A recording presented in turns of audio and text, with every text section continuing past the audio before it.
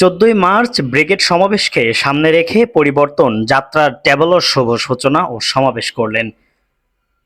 ৬ March শুক্রবার কলকাতার রানী রাসমণি রোডের সংযোগস্থলে ভারতীয় জনতা পার্টি ১৪ই মার্চের ব্রিগেড সমাবেশকে কেন্দ্র করে পরিবর্তন যাত্রা ডাক দিয়েছেন। তাহার সমাবেশ ও ট্যাবলোর শুভ সূচনা করলেন। দৃষ্টি বিধানসভা এলাকার প্রত্যেকটি একটি করে ট্যাবলো হাতে তুলে দিলেন।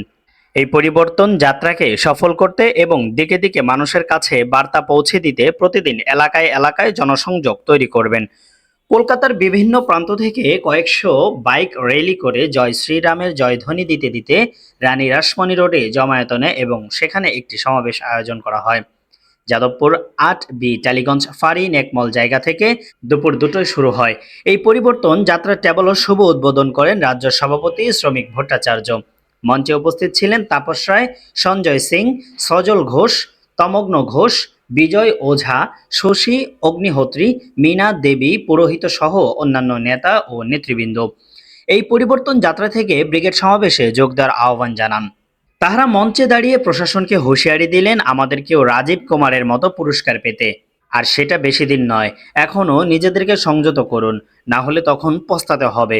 তখন দেখবেন যাহার জন্য আপনার এইসব করছেন তাহার ফল কি হতে পারে। এখনও আপনারা বিভিন্ন নেতা নেত্রীর ছবি দেখতে পেয়েছেন, একদিন দেখবেন কয়েক বছর পর এই নেত্রীর ছবিও কোথাও দেখতে পাবেন না। তাই পুলিশ কর্মকর্তাদের বলবো যতই দালালি করুন এর শেষ হবে। মানুষ পরিবর্তন চায়, ওনার বিদায়ের বাজনা ২৬-এ এই জনগণ বাজাবে। যতই পঞ্চ বেঁধে নাটক করুন, তাই পরিবর্তন আনতে মোদিজি আসছে ব্রিগেডে মাঠে।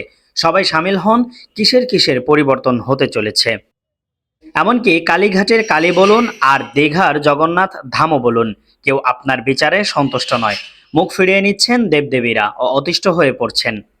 Lead news, news desk.